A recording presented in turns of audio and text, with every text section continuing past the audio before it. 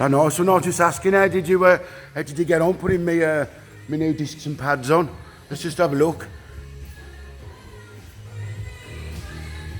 The fuck's happened here?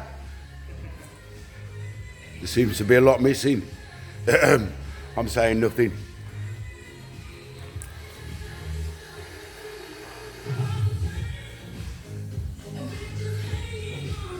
Yeah, this hasn't been cleaned in 12 years. Our friend over there has had a little go at it, but now I'm going to break my back and do it properly.